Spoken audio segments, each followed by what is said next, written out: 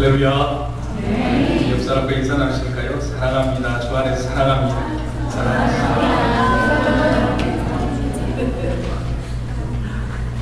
사랑한다는 말을 듣는 것보다 더 행복한 사랑이 어디 있겠습니까? 여러분 주 안에서 사랑합니다. 네. 오늘 성가대 찬양이 참 아름답죠. 네. 이 가사가 참 곡도 마찬가지지만 이 마음을 울리고 있는 것 같습니다. 엘리야의 하나님, 우리의 하나님, 나의 하나님, 눈물로 울부짖는 엘리야에게 불로서 응답하십니다. 하나님. 그러면서 계속합니다. 주님은 분명히 살아계신 하나님. 아멘. 간곡한 기도에 응답하시는 하나님. 얼마나 멋져요. 엘리야의 하나님. 그 하나님이 나의 하나님이고 여러분의 하나님을 믿습니다. 네. 먼저 하나님 우리에게 주시는 말씀 창세기 35장에서 1절부터 5절까지 말씀 마음을 모두어서 한 목소리로 합독하도록 합니다. 시작. 하나님이 야곱에게 이르시되 일어나 베델로 올라가서 거기 거주하며 네가 네 형 에서의 낯을 피하여 도망하던 때에 네게 나타났던 하나님께 거기서 제단을 쌓으라 하신지라. 야곱이 이에 자기 집안 사람과 자기와 함께한 모든 자에게 이르시되 너희 중에 있는 이방 신상들을 버리고 자신을 정결하게 하고 너희들의 의복을 바꾸어 입으라. 우리가 일어나 베델로 올라가자. 내 환난 날에 내게 응답하시며 내가 가는 길에서 나와 함께 하신 하나님께 내가 거기서 제단을 쌓으려 하노라 하매 그들이 자기 손에 있는 모든 이방 신상들과 자기 뒤에 있는 귀고리를 야곱에게 주는지라. 야곱이 그것들을 세계 근처 상수인 아래에 그들이 떠났으나 하나님이 그 사면 올로 크게 두려워하게 하셨으므로 야곱의 아들들을 추격하는 자가 없었더라. 아멘. 기도하십니다. 살아계신 하나님,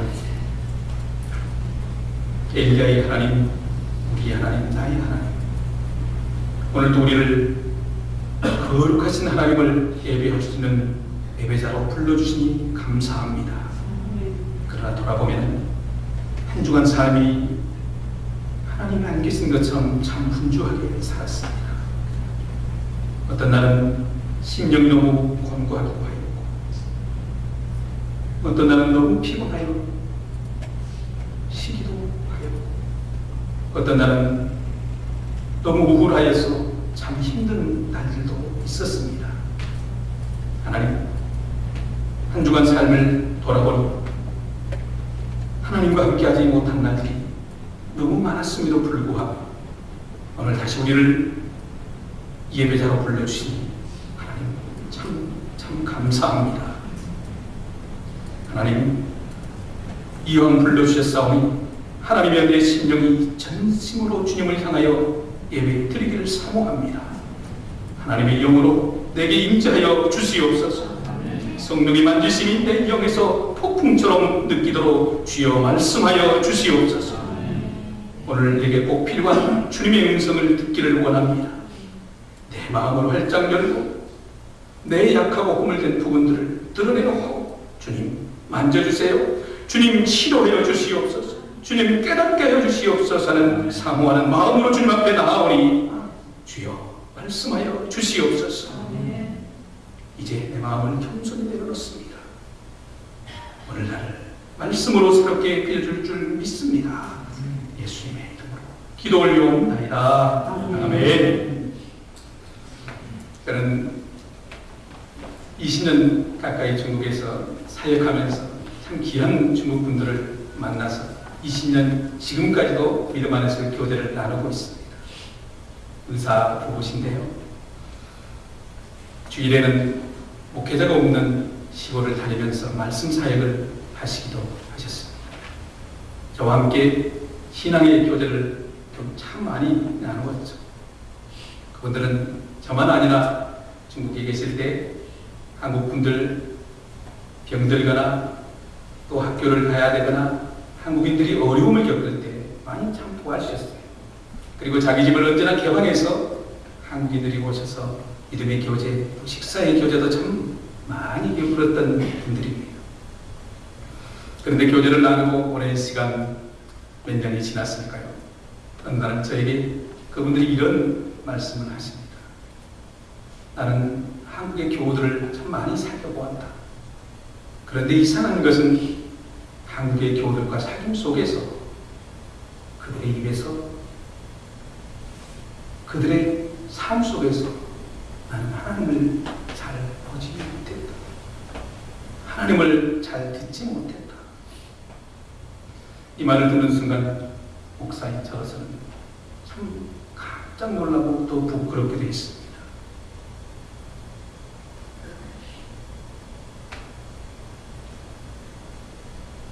교회 안에 있으면서도 거듭나지 못함으로 인해서 여전히 과거의 습관이, 과거의 언어 습관들이, 과거의 행동들이 그대로 드러나는 모습 아니겠습니까?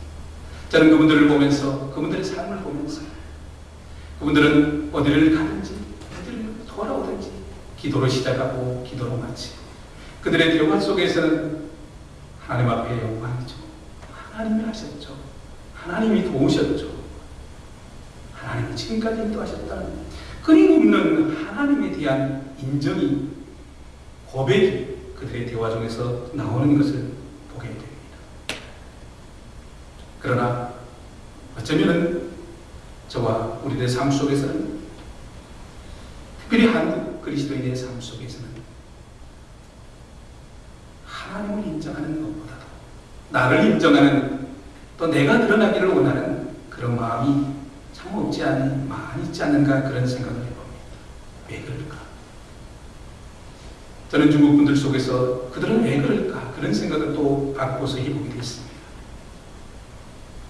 문화대혁명을 겪으면서 또 봉사 지하 겪으면서 지하로 그리스도인들이 들어가면서 그들의 신앙과는 이 종말론적 그런 어떤 세계관, 늘 그 주님이 오실 것이라는 그런 부분들이 그들에게 강하게 나타나고 있는 것을 보게 됩니다.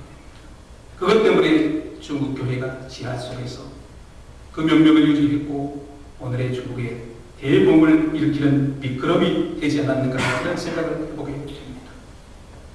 물론 우리의 한국의 믿음의 선진들도 일제 치하나 또 공산 지하 속에서 믿음의 고난을 겪으면서 신앙을 지켜왔던 것은 사실입니다.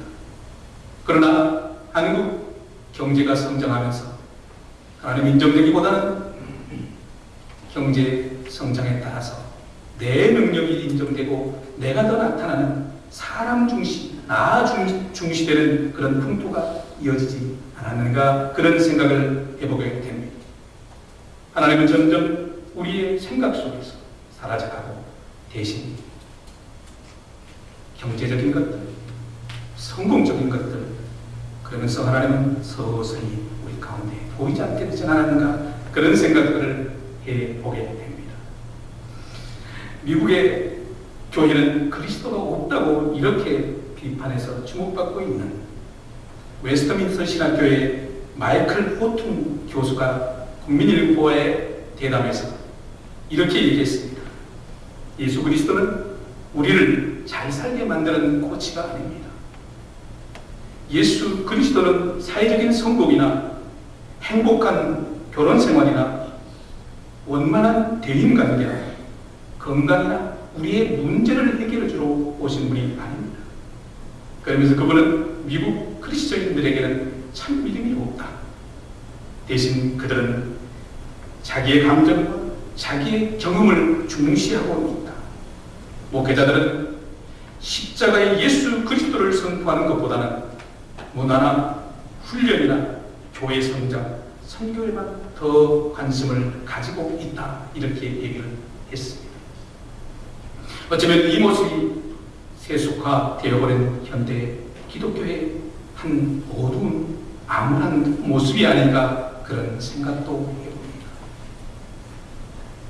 많은 교회에서 예수가 그리스도라고, 예수 그리스도가 십자가에 못 박혀 죽으셨다는 그런 하나님의 음성이 제대로 대변되지 못하고 있습니다. 반면에 적극적으로 이 세상을 살아서 성공해야 됩니다. 내 영혼이 잘 때면 뒤로 미루고 범사가 잘 되는 복을 받아야 됩니다. 그러면서 십자가와 주님과 함께 지는 그 고난은 우리에게 멀리 자꾸 보내버리려고 합니다. 십자가 대신에 오늘 성공이 복음이 되어버린 그런 뒤틀어버린 세계 속에 우리는 살고 있지 않는가 생각해요.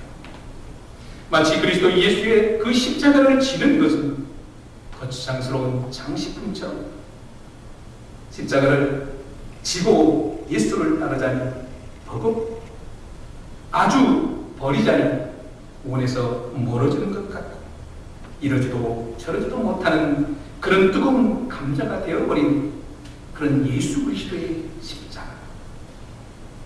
마귀는 우리에게 그렇게 유혹하는지 모릅니다. 예수를 믿되 적당히 믿어라. 예수를 믿되 성공자 예수를 믿어라. 교회는 출석하되 세상을 더 사랑해라. 성경은 가지고 다니되 절대 읽지는 말아라. 예수는 부르되 예수를 그리스도라고는 고백하지 마라.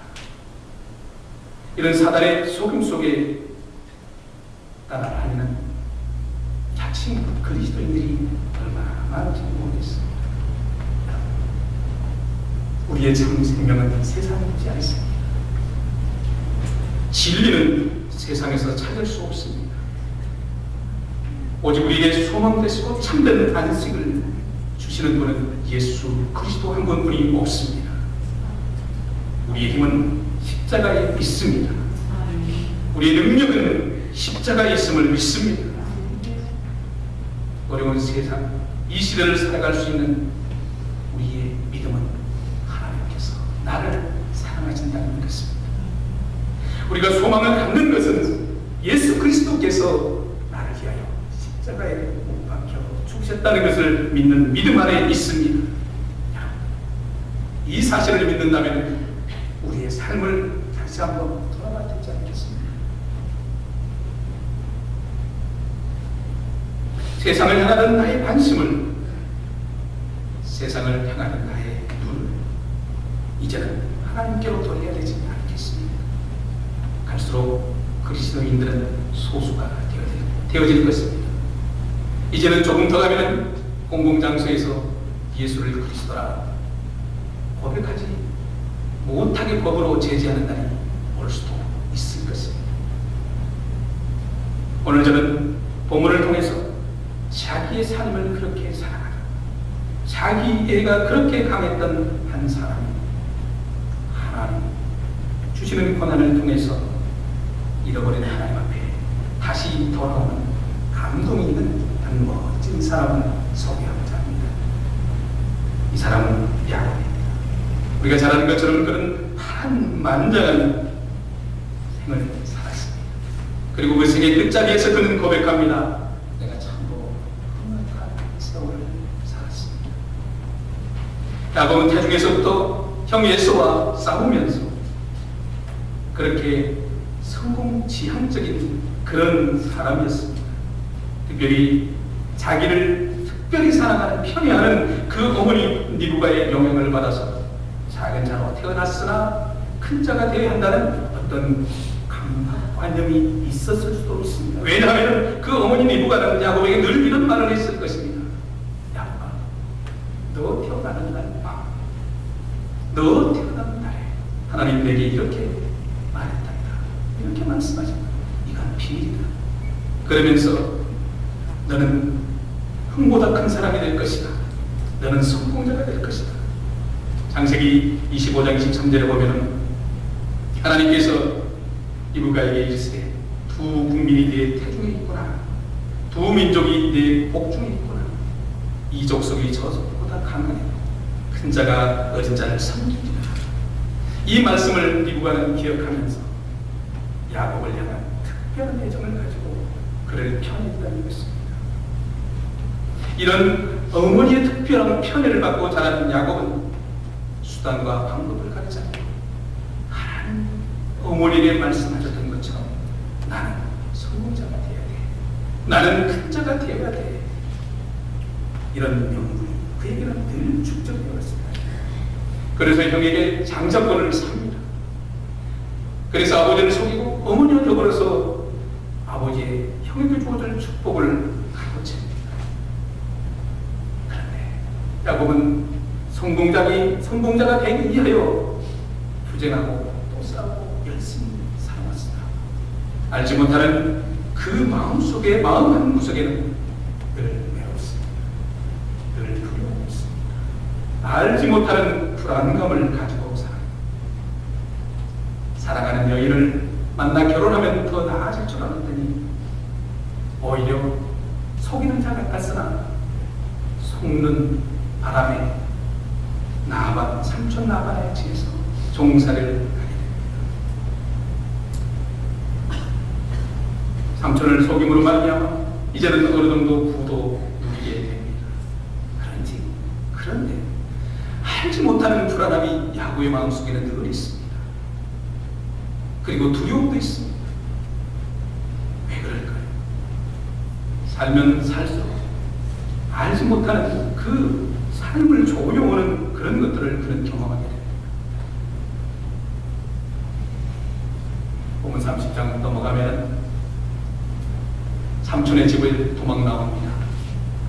라반이 7일 동안 씩씩대며 이놈을 찾겠다고 쫓아옵니다. 아벨은 형이 군대를 이끌고 또 쫓아옵니다. 진퇴 어떻게 해야 될까요? 어떻게 해야 될까요?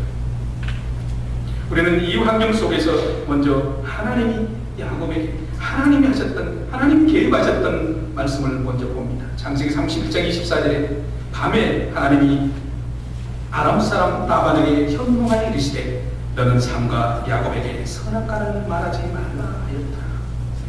야곱이 알지 못하는 그 사이에 하나님은 라반에게 나타나서 라반아 너는 야곱에게 선악과를 말하지 마라. 아무 말도 하지 말라는 것입니다. 형을 만나기 전에도 야복나라에서 청사와 씨름에서 그의 안전을 보장받았습니다. 이제는 걸리는 것이 없습니다. 형 문제도 해결되죠. 나반하고 문제도 해결되죠. 야곱은 이제 좀 숨쉴만 하구나. 이제 살만 하구나. 나는 참 행운아야. 나는 행복한 사람이야. 이런 생각을 했을 줄이에요. 물론 그렇습니다. 오늘 본문 속에서 하나님이 라반에게 현몽하여 선악간에 아무 말도 하지 말라. 참 얼마나 하나님의 일입니까? 얼마나 행복한 사람입니까? 우리는 그것을 보고 부러워합니다. 내게도 하나님이 이렇게 나타나셨으면 얼마나 좋을까? 그런 생각을 해보게 됩니다.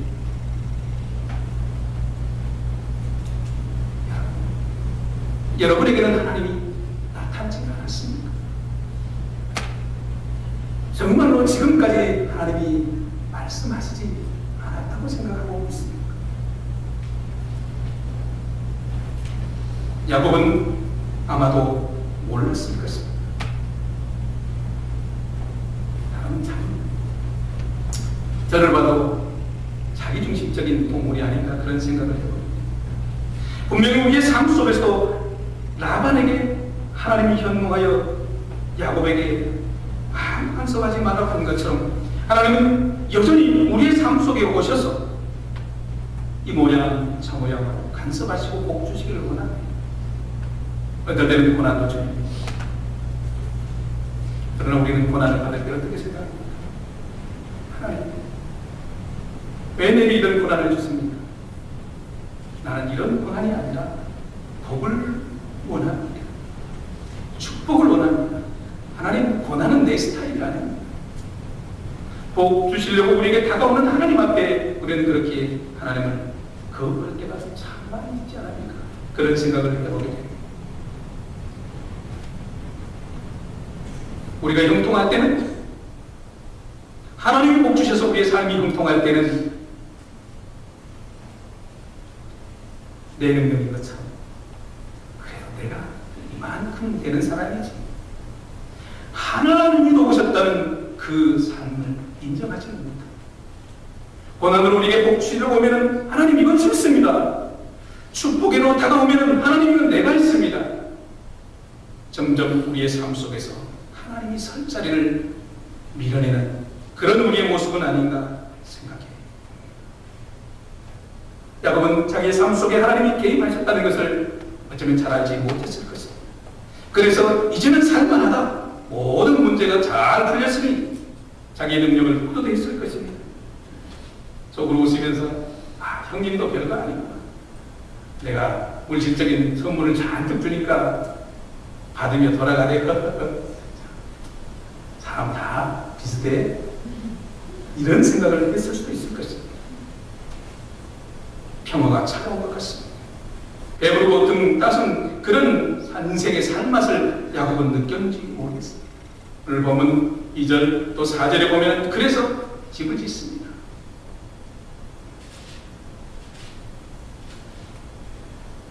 세겜 땅에 있는 좋은 보화들을 사들입니다. 어쩌면 우리 식으로 얘기하면 금거북이도 사들이고 금두꺼비도 사들이고 집도 크게 짓고, 그래도 여유 있으니 애굽의 명품들을 사들이고 세겜에서 유명 디자인의 옷도 가방도 사들입니다. 그러면서 다른 사람에게 얘기합니다. 이 명품 좀 봐, 이건 장인이 그 손으로 한 뜸 한 뜸 떠서 만든 거야. 자기의 부유를 그렇게 자랑할 수 있을 것입니다. 여인들은 귀걸이며 코걸이며 할걸이며 온갖 좋은 금 보석으로 치장을 합니다. 야, 우리 살만하다, 참 우리 부유하다, 행복하다. 세겜에서 이렇게 시간들을 보내고 있습니다. 분명히 야곱은 형을 만났을 때, 형님 앞서 가십시오, 금방 뒤따라가겠습니다, 이렇게 해놓고는 세겜에서 안주하고 있습니다. 외양간을 짓고 집을 짓고 디나가 장성한 처녀가 되었을 때라고 생각되면 한 10년 이상은 거기서 머물렀던 것 같습니다. 여기까지가 33장까지, 창세기 33장까지 야곱을 설명하는 내용입니다. 야곱은 이제는 고생 끝, 행복 시작, 그런 줄 알았습니다. 남부러울 것 없는 그에게, 누가 봐도 성공자인 그에게 웬일입니까? 사랑하는 딸 디나가 세겜 사람들에게 무슨 짓을 당합니다. 그것을 보고 분내 못 이긴 시몬과 그것도 하나님의 할례의 약속을 가지고 저들을 속여서 모든 세겜 쪽 남자들을 전멸시키고 갑니다. 이 소식을 들은 세겜과 동맹을 맺은 가나안 족속과 브리스 족속이 야곱의 가족들을 죽이겠다고 35장 1절 마지막 34장 마지막 절에 이렇게 얘기하고 있습니다. 야곱이 시몬과 레위에게 이르되 너희가 내게 화를 끼쳐 나로 하여금 이 땅의 주민 곧 가나안 족속과 브리스 족속에게 악취를 내게 하였도다. 나는 수가 적은즉 그들이 모여 나를 치고 나를 죽이리니 그러면 나와 내 집이 멸망하리라. 야곱은 지금까지 살아오면서 죽음의 위기를 당하지 않았습니다. 그러나 오늘 본문 속에서는 이제는 행복하고 성공대로 잘 살 것만 같았던 그 야곱에게 인생의 최대의 위기가 다가옵니다. 그러나 그것보다도 어쩌면 야곱에게 더 가슴 아프게 다가오는 것은 왜 나는 자꾸 도망자는 삶을 살아야 돼? 여기서 또 도망가야 돼? 이런 자기의 평생의 도망자로 떠돌로 살았던 자기의 삶을 더 한탄하고 서글퍼 있는지도 모르겠습니다. 여러분, 이 땅을 살면서 사단이 우리에게 가장 큰 무기로 공격하는 것이 무엇인 줄 압니까? 그것은 죽음이라는, 사망이라는 무기입니다. 이 사망, 이 죽음의 공포는 모든 사람을 요약하게 만드는, 사단을 두렵게 만드는 무기라는 것이죠. 제가 미국에 오기 전에 한국의 고향 땅을 잠시 방문했는데, 제 시여세 조금 넘으신 사촌 형님께서 췌장암 말기로 이제 몇 개월 못 산다는 치안부 생을 살고 있었습니다. 그래서 이제 소식을 듣고 방문해서 대화를 나누는 중 형님이 하는 얘기를 저는 지금도 가슴이 뜨겁게 생각하고 있습니다. 아니야, 참 죽는 것이 이렇게 두려운 줄 몰랐다. 이제 1개월밖에 살지 못한다는 그 얘기를 들으면서 이제는 아이들도 크고 장성하고 결혼하고 돈도 버는 이제 좀 살만하니 내게 왜 이런 몹쓸병이 찾아오는지 모르겠다. 그러면서 하는 말이, 날마다 다니던 이 신장로가 왜 이렇게 새롭게 보이는지 모르겠다. 날마다 보던 저 앞산이 왜 이렇게 새롭게 보이는지 모르겠다. 삶에 대한 애착, 살고 싶다는 그 몸부림을 그 속에서 저는 보았어요. 그러면서 하는 말이, 이렇게 갈 줄 알았다면, 이렇게 갈 줄 알았다면 그렇게 아주 살지 않았을 것. 그렇게 살지 말을 것을. 여러분, 형님에게 예수 믿으셔야 됩니다. 여전히 복음은 전했지만 여전히 제 마음은 편하지 않았습니다. 여러분, 누구든지 이렇게 죽음 앞에서 약해지는 것이 인생입니다. 그런데 왜 우리는 죽지 않을 것처럼 그렇게 생각하고 사는지 모르겠습니다. 모든 사람은 죽습니다. 그러면서도 우리는 강한 척 자신을 속이며 남도 속이며 그렇게 살아가는지 모르겠습니다. 여러분, 모든 사람에게는 삶 속에 죽음은 찾아올 것입니다. 죽음 이전에 죽음과 같은 위기들도 우리 가운데 찾아올 것입니다. 위기의 순간, 죽음의 순간이 내게 다가오면 그때는 보이지 않던 것들이 보이게 된다는 것입니다. 내 자녀들을 어떻게 남겨줄 것인가? 내가 하나님을 만나면 뭐라 말할 것인가? 이런 것들이 자꾸 생각나게 된다는 것입니다. 죽음의 위기, 옛 어린 야곱에게 오늘 본문 1절에서는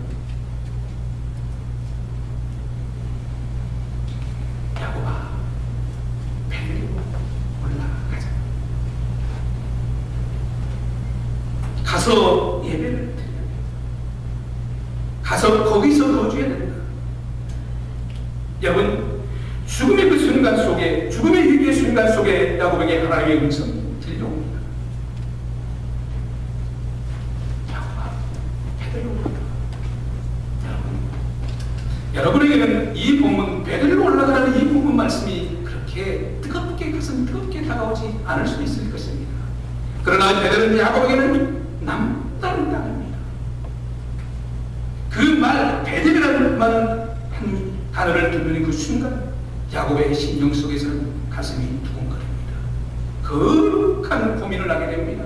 왜냐하면 내가 그렇게 살아서는 안 된다. 내가 왜 이렇게 살아왔나? 내가 왜 이렇게 두렵고 떨린 가운데서 외롭고 불안하고 도망자고 국가 지금까지 살아왔던가? 자기의 삶. 왜 그럴까요? 그 베델에서 30년 전에 하나님이 나를 만나주셨던 그 베델에서 하나님과 약속을 생각나게 했다는 것입니다. 30년이 짧은 세월입니다. 아버지에게는 가서 부인 마누라 구해오겠습니다 하고 떠난 세월이 30년 세월이 되었습니다.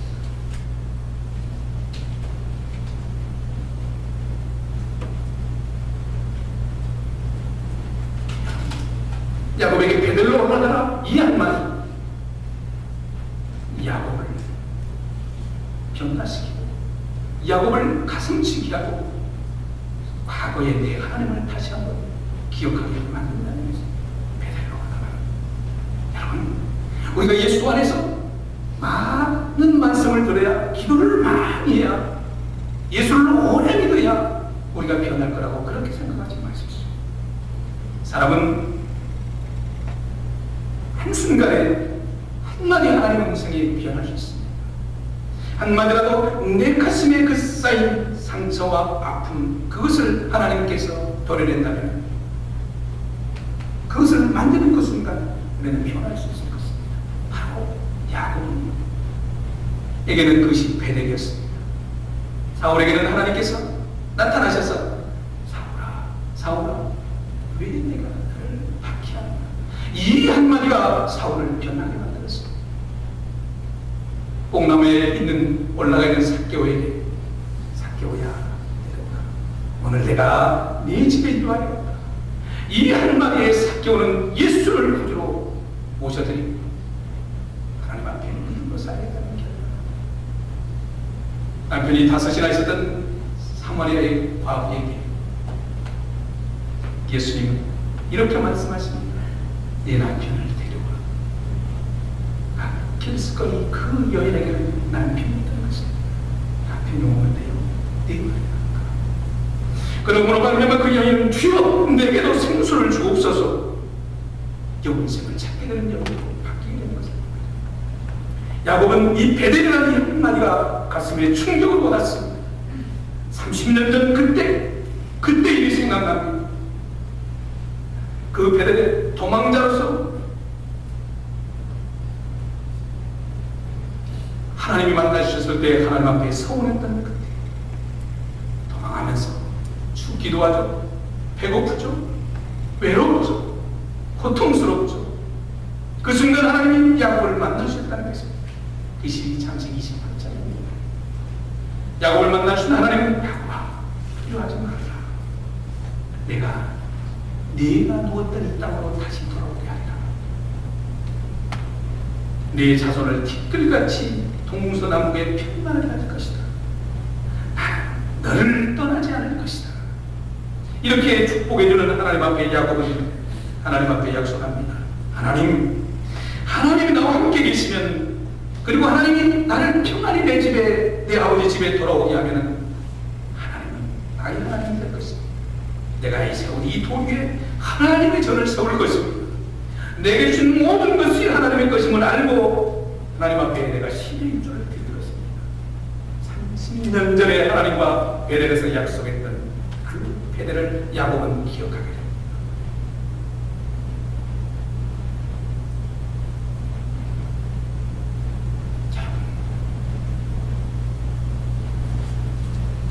하나님이 복 주시면 하나님만 섬겨 살겠다고 약속합니다. 야곱의 모습이 오늘은 내 모습은 아닙니다. 여러분이 주를 처음 만나, 여러분이 주님 앞에 약속했던, 주님 앞에 여러분이 기도했던 그 기도의 제목들을 여러분이 기억하고 있습니까? 조심하셔야 됩니다. 행복하다고 하는 순간, 잘나간다고 하는 그 순간에는 하나님의 음성이 잘 들리지 않기 때문입니다. 하나님이 잘 보이지 않기 때문입니다. 그래도 어리석은 우리 인생들은 평안할 때는 하나님을 찾지도 부리도 않다가 내게 고난이 닥치면 금식하고 절하니까 얼마나 어리석은 우리의 모습입니다.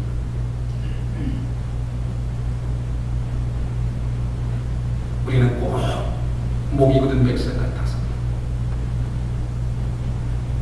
죽는다고 해야, 망한다고 해야 그때 하나님을 찾습니다.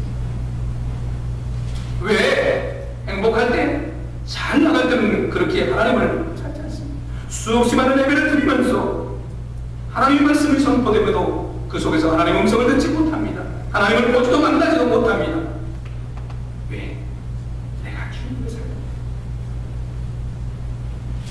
여러분, 언제부턴가 여러분의 신명이 냉해지고 예배드리는데 감격도 없고 교회를 나오는데 사모함도 사라진 지 그런 여러분의 모습은 혹시 아닙니까? 말씀을 듣는데 저 말씀 그전에도 들었던 말씀입니다. 은혜도 안 되고 왜 설교를 자꾸 길어질까? 교회를 와도 왜 저 집사님은 옷을 저렇게 맞춰 입었을까? 잘 안 어울리는데.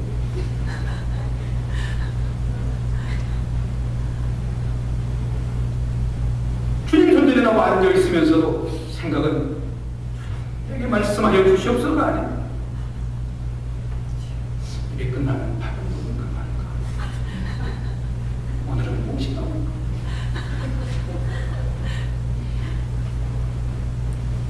집에 돌아가고 직장에 가면 자꾸 내 심령 속에서는 짜증이 올라와요. 그러다가 어느 날은 또 우울해져요. 또 어떨 때는 불안해져요. 알 수 없이 밀려오는 이 변동. 이것은 야곱처럼 여러분이 하나님 앞에서 멀어졌다는 증거 아니겠습니까?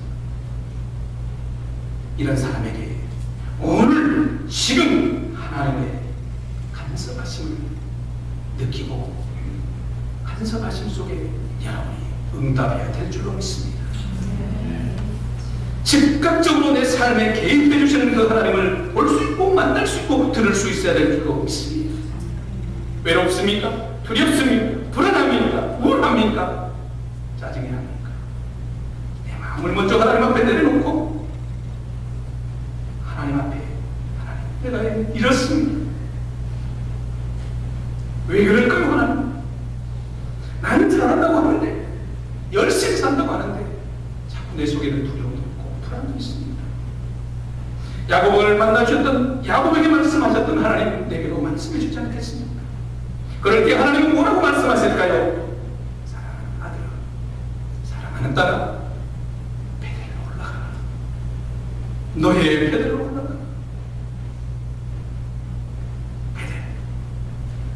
베델이라는 말을 듣기만 해도 가슴이 찡하게 올려왔던 그 야곱은 예수 믿을 때 처음 눈물로 하나님을 만날 때가 언제였습니까?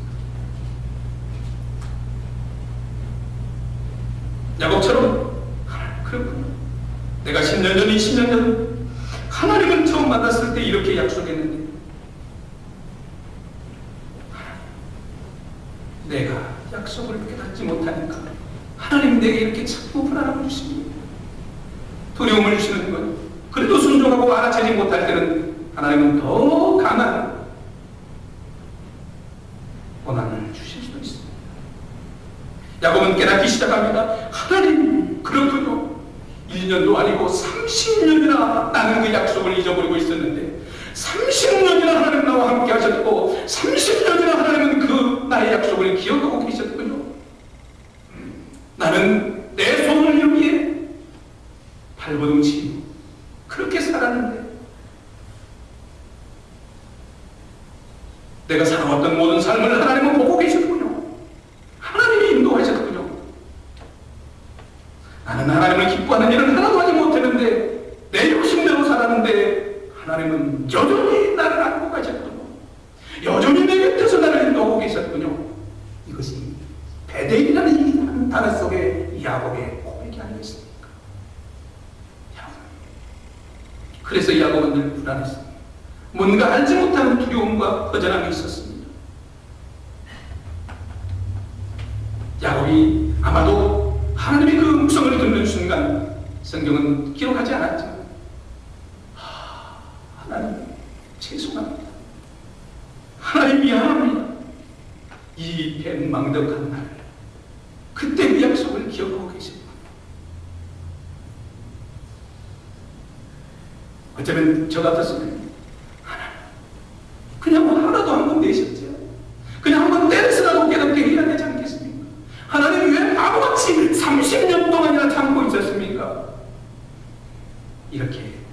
그랬을 것 같습니다. 베들로 올라가라. 주님을 처음 만났던 그 자리로 돌아가라. 이 한마디에 야곱은 속절없는 눈물을 흘릴 수밖에 없었습니다. 하나님 음성을 계속 들려옵니다. 야곱아, 왜 그렇게 아름다운 사냐? 야곱아, 왜 그렇게 사냐? 왜 그렇게 힘들게 사느냐? 야곱아, 그렇게 독하게 살지 않아도 되는 것 아니냐? 너희 옛날에는 안 그랬지 않았나? 왜 그렇게 독해졌니? 왜 이렇게 사랑이 없어졌니? 왜 이렇게 마음의 여유가 없어졌니? 왜 그렇게 욕심부리가 됐니? 오늘 내게 야곱의 베델을 말씀하셨던 하나님이 오늘 내게 그렇게 말씀하지 않을까요? 내가 처음 만났던 그 하나님 앞에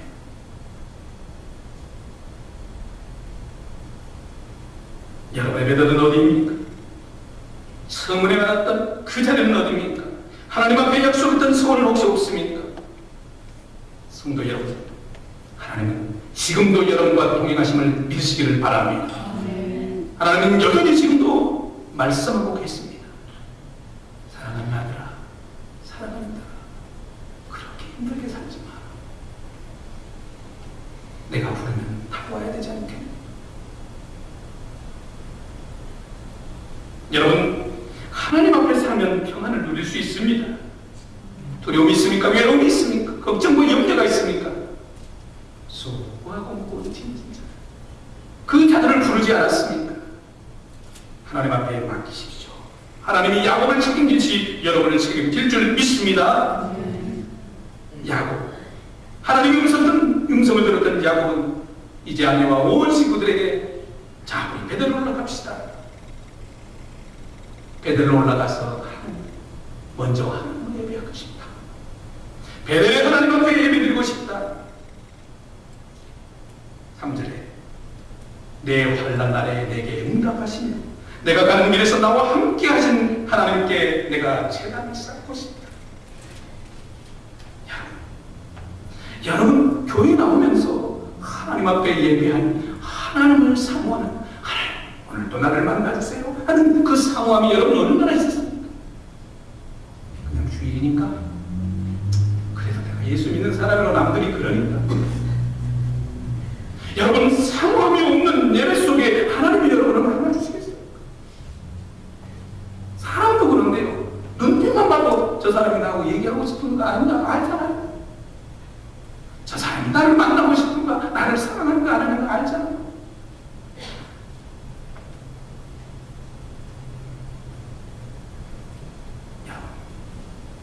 예배에 대한 갈망은 부유한 심령 속에서는 나오지 않습니다. 찢어지고 상하고 통해하는 심령 속에 하나님을 만나고 싶은, 하나님 앞에 예배하고 싶은, 마치 사슴이 시냇물을 찾아 갈급한 같이 하나님을 예배하기 갈급한 여러분의 심령이 사는 그날 동안 있어지기를 주의 이름으로 축원을 드립니다. 하나님에 대한 아무 느낌이 없는 예배, 어쩌면 그것은 허공을 치는 소리가 되어질 수도 있습니다. 하나님은 우리가 하나님 한 분만으로 만족할 때 최고의 영광을 누린다고 하셨습니다. 2절에 결론을 봅니다. 2절 4절에 보니까 야곱이 자기 집사람과 자기와 함께하는 모든 사람들에게 신상을 버리고 자신을 정결하게 하고 의복을 받고 입어라. 베델로 올라가자. 4절 보실까요? 그들이 자기 손에 있는 모든 이방 신상들과 자기에게 있는 기구를 야곱에게 주는지라. 그것들을 세겜 근처 상수리 나무 아래에 묻고. 얼마나 아름다운 고백입니다. 얼마나 아름다운 모습. 이 아름다운 모습 속에서도 가끔 다시 보면 띄워줄까요? 그렇게 생각하는 사람이 있습니다. 4절에 보면 이 심각한 순간 속에서도 어떤 사람들은 지금의 세겜은 어디 있을까? 상수리 나무 아래 지금도 있을까?